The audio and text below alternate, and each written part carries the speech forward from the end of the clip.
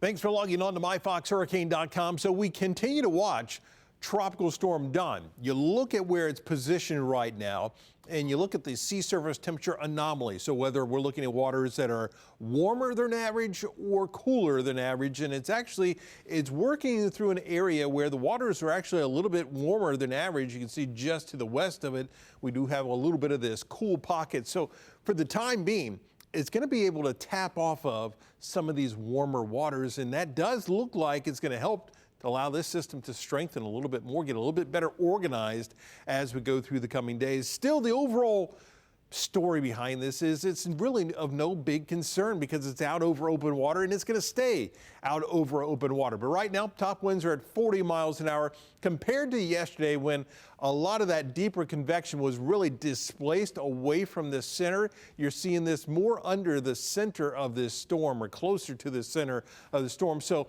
conditions are becoming a bit more favorable, a little bit lighter on that wind shear and then the warmer water. That is allowing this system to kind of organize itself a bit better. But those top winds right now are at 40 miles an hour, is currently moving to the west-southwest at 5 miles an hour. So that track does look like it'll start to maybe take it through some of that cooler water once again, but we're looking at it strengthening a little bit more over the next couple of days. And then as it works its way a bit further to the north, the water temperatures progressively get a little bit cooler, and it looks like it would start that weakening trend as we get into the first part of next week. So here's that stronger wind shear sitting to the north of it. It's kind of sitting right in this area in between some strong wind shear to the south and to the north.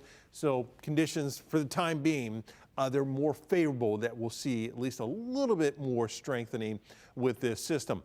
Further down to the south, just continuing to watch more of these tropical waves working their way from the west or from the east towards the west. Now we do still have a lot of that dry Saharan air working its way across the Atlantic. That's why you see many of these waves very limited with that moisture. Now we do have one working its way off the coastline right now, and that one in the short term doesn't look like it's going to do anything, but as it continues to work its way on towards the west, if conditions remain favorable in that dry air, where you see this brown shade, that is that dry Saharan air, that stays away. That may allow this system to slowly start to organize as we go through the long term as it works its way on through the Atlantic. So we're going to continue to watch that, and we'll keep you updated right here on myfoxhurricane.com.